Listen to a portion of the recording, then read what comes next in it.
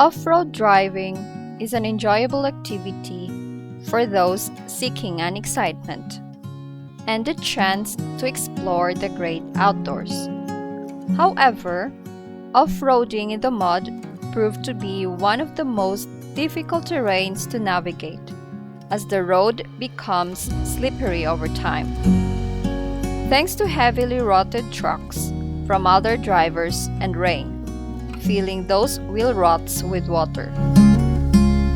In the heart of the forest off-road track, a wise man once said, "The untamed trees sustain themselves by drawing energy from the fender mirrors and indicator lamps. They patiently await their opportunity to strike." How profound are those words? The travel adventure started from home to Bio, passing through Villisau, and driving direction Besançon, a city in France, Dijon and Thenissey, which took between 5 to 6 hours, and drove back direction Besançon, passing Dijon after 3 days and 2 nights, then to Mulhouse and home, passing through Basel. Join us as we explore off-road tracks in Tennessee with our Land Rover Defender.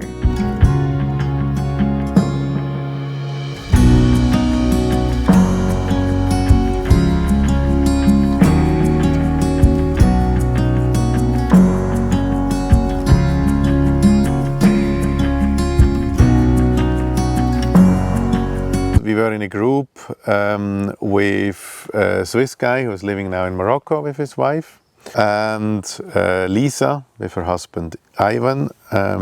They drive a 90 with the steering wheel on the wrong side of the car because they are very British. And Patrick, of course. And we had another one that was post number 10, which was fixed to the back of a Discovery. So we took the round on with those guys.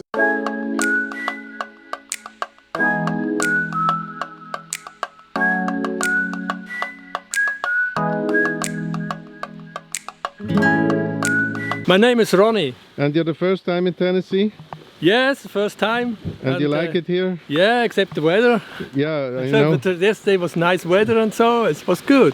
And it just started raining now when we start doing. But it's Land Rover weather, so it's okay. And what's the task of today? Yeah, my task is today a little bit go into the forest and do some not so tough, produce not so tough situations. So to follow a little bit to the roads and see how it works. This is the hard playground for the late afternoon when we warmed up. This is not allowed to go there because there were wood cutting, and yeah, the two of the smiley will different. The number 10 and the number 12 will be something different than all the other ones. And you feel confident that your old TD5 can manage this kind of route? I'm very sure that my TD5 will manage it with me. So you have experience doing that? Yeah. Okay. So, and you think your yellow hideous French lights will help you here in France? They will help me to survive, yeah. But we will follow also other cars. So. Okay, it is the first time you're in Tennessee? Yeah. So you know your playground already, or? No, not yet. And are you scared? Not at all? No, not yet. Quite so relaxed. What kind of tires do you have for the muddy terrain? The all-terrain, which will fit for all the terrains. Are you ready for the big adventure? Yes, we are.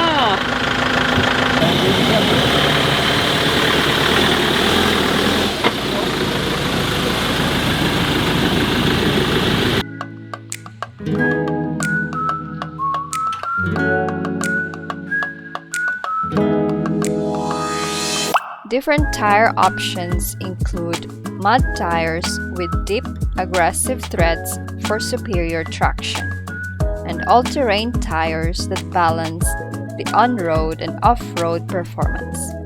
From proper tire selection to mastering the art of momentum, there are several factors to consider.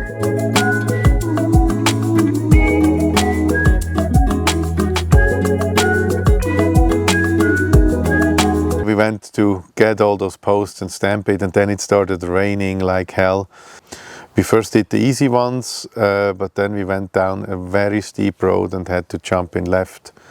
How is your driver doing its job? Yeah, great. He's really pulling it all out now. Hey!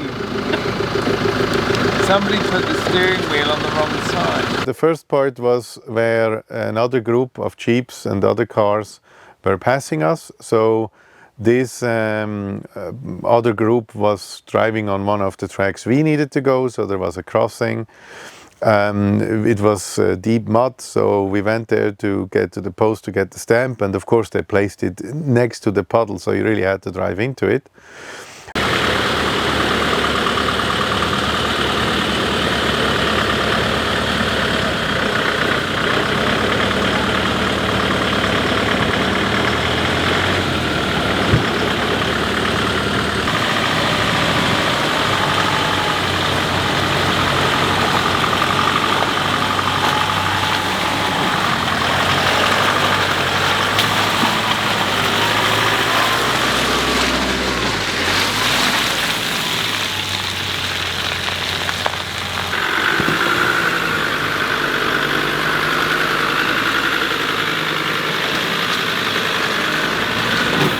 It's easier with a 90, huh? Much easier, like a skateboard. So Patrick, how was it for you? It was a little bit tricky. Yeah, and then the mistake is what you should know: watch where you drive and not what is in your mirror, because I did make this mistake.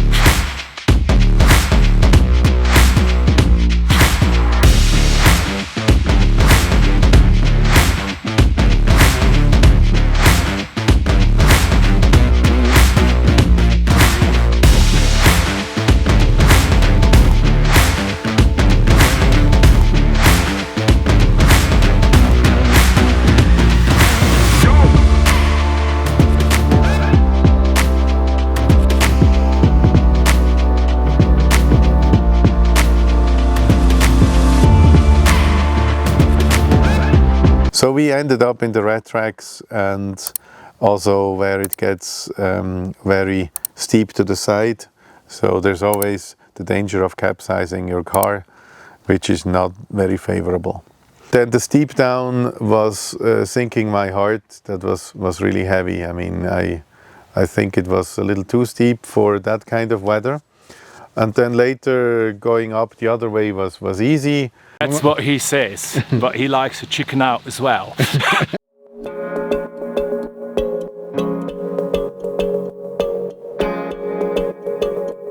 Define cheating. You cannot take your label off the car to stamp it. You have to put the car next to the stamping. I don't know what you're talking about.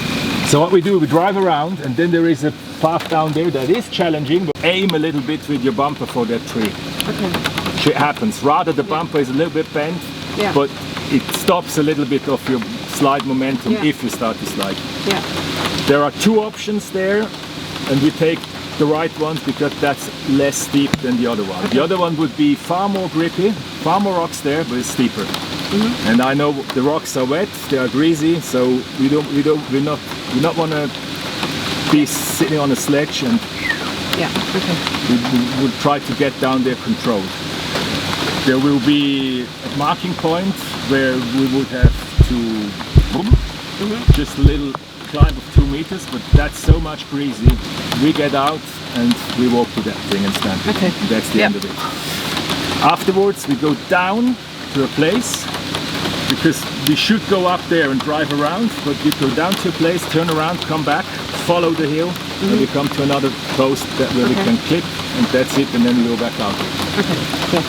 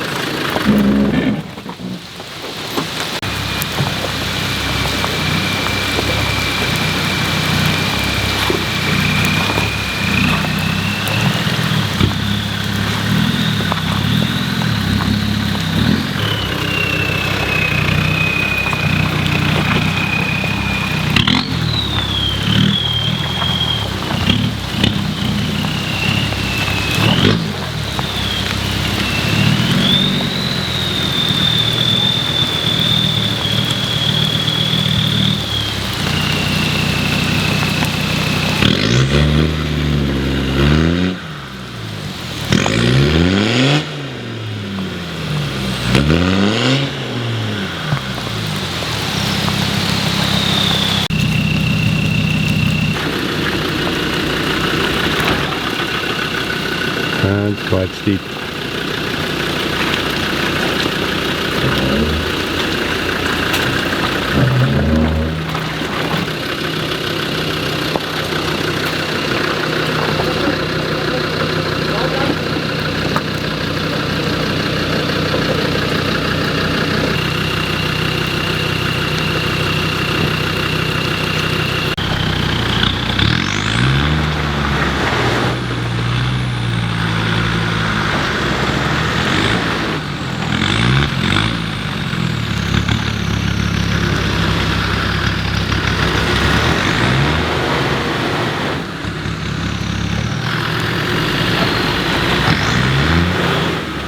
Wir sind hier in Thenissey im Wald, Naturschutzgebiet mit wildlebenden Bäumen, wo sich von Rückspiegel, Kopfflügel und Blinkerlämpchen von der Land Rover ernähren.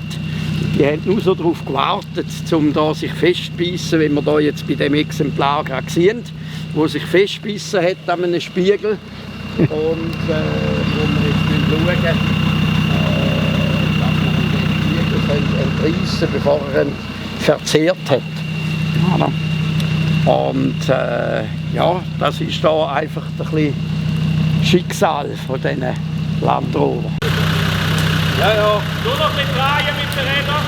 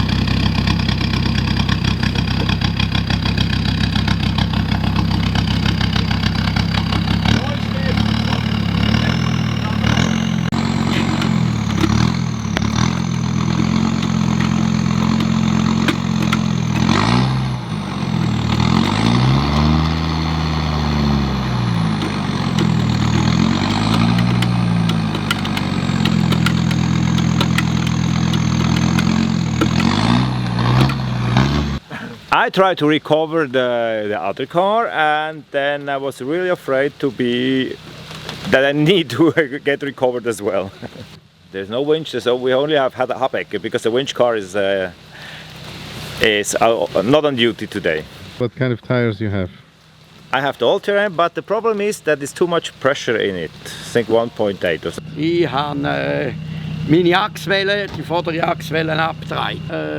Ja, es ist der Klassiker. Ich bin gerutscht in der Untersetzung und dann ist er mit der Vorderachse wieder auf den gekommen, wo Grip hatte. Und das hat einen Schlag gegeben auf die Achswelle und ab. On top we got to a tricky section where our friend from Morocco, HP, with his wife and the Discovery, they went down. And there was a stairs in the middle where they hopped over, and that is, especially for 90, the problem that you don't have enough weight at the back so it could go over the front. So the 90s have that problem, but they're much better off-road than the 110.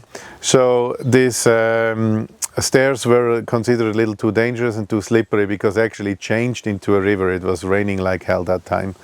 So we drove down a street on the side which goes down sideways, which always has the risk that your car flips over. And Nicola then told us, you know, if you get into slip and your car just slides down, then choose the tree. And make sure you hit the tree in the middle so you do the lowest damage on the car, so top tip. If you see a pedestrian hit a tree, if you see a tree, always hit him in the middle of the car to stop your car. You have much less damage on the car. A little annoying was in our group we had to wait quite long on each section to discuss and evaluate and then discussing again, so nobody was in a hurry. Obviously it's spare time, but I would prefer if we would you know, do things a little more quickly. So that's why then I decided on Sunday to go with Patrick alone. Actually we wanted to bring Lisa as well, but we lost her. So we did a fast round then with Patrick where we also needed the winch.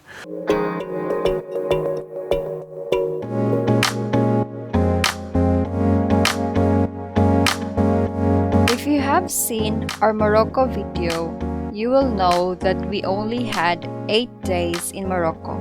We were supposed to meet this guy, HP, with his wife in Agadir, after Tsagura and before passing Marrakesh. But due to time constraints, we couldn't. And after 4 months, here they are in Thenissey. On habite le Maroc, comme tu vois la plaque ici. Ah oui, très joli. Ces chiffres-là, ça c'est un A. C'est un A. Ça c'est un A. C'est pour l'A Land Rover. Et 26, Oui. c'est la région de Marrakech, Ah, la ville ok. de Marrakech. Mais nous, on a acheté la voiture avec cette plaque-là. Oui, la On a eu prochaine. que 14 jours. Ok, la De prochaine. la Suisse, oui. Oui, ça On fait a, plaisir. on a eu 3 jours pour arriver à Muddiest, c'est plus ou moins aussi 3 jours pour retourner. Seulement de l'Europe. Oui, ça c'est clair. Et comme ça, c'était le Maroc, on n'a pas eu assez de temps. D'accord, mais la prochaine fois, Inch'Allah, revient à Agadir. Non, la prochaine fois, on fait peut-être qu'on qu'on fait le petit voyage de 3 jours déjà en avance. Oui, comme ça, on a les 6 jours aussi pour Il y Maroc. a besoin pour le Maroc, pour faire le voyage tranquille, 2 ou 3 semaines, seulement pour le Maroc. C'est vrai, parce que le Sinon, Maroc, il une est semaine, grand. c'est rien.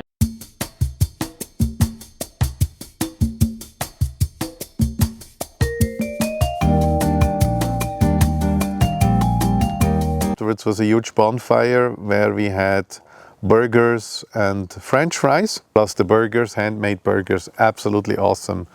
The assembly was as well perfect because we did it ourselves. It was just a marvelous and great dinner. There was enough food for everyone. Die meisten Punkte, zwar 16 von 18, haben der HP und die Hasna. It was really a good and great evening, and the later it got, the more interesting were the talks. And as you know, people who own Land Rover, they always have to comment something on mechanics, on routes, on travel tips, or other experiences they made. Sunday morning after the photo shoot, Patrick and I decided to go together. So I packed the gear of the white Panda, of the dirty Panda. That time was still the white Panda. We drove up to the forest, and then Patrick said, we only do the green routes. So he drove straight into the worst chaos of the red tracks that you can imagine. And then he was wondering like, yeah, but we are here on the top left of the map. No, we are not. We are on the top right of the map. So we took a blue route, which is considered difficult. We took that one back and it was quite muddy, and next to us on the left side was a huge cliff that made it scary in times. And you know, there was a track on the right, and in front you just see puddles and dirt, and it's like, let's go on the right. But because you drive into the tracks, even steering doesn't help you. The car still just moves forward. So you have to stay in that track. The only thing you can do is go forward or backward. And backward was already a tricky section. We then decided to go up a challenging part. So you have to go between two trees. I did that and I got stuck. Because I did my transfer gearbox right before, my light of the diff lock didn't work. So I didn't know if the diff lock is really engaged. I think it was, but I'm still not sure. So I had to trust that when the gear lever is on the right way, it should be locked. Anyway, I got stuck. So the good thing is we could use the winch. So no more kind of, haha, what do you have your winch for? Only to dry the clothes in Norway. No, we really used it around the tree to get the dirty panda out of trouble. We then drove along and it started to get really steep down, where we chickened out because it was again kind of a mud road going down with sideways flip, and it was so slippery we couldn't stand there. So we turned the cars, there was enough space, and just drove the way back through the blue routes without doing the two trees again, and chickened out via the green roads, going back to the camp where there were like 5 cars staying. If the terrain appears too challenging, it is wise to avoid it or find an alternate route. Being aware of the various terrains, including mud holes, rocks, sand, and deep water, is vital, as each demands specific techniques and equipments.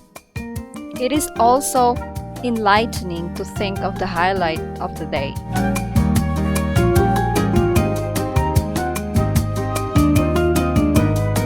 The highlight today would be the Spiegelei Speck in a baguette sandwich for breakfast. Favourite part today? I think Going down the Schlittelbahn. Yeah. Sorry, going down the bobsleigh run in the Land Rover. Yeah, it was just like a bobsleigh.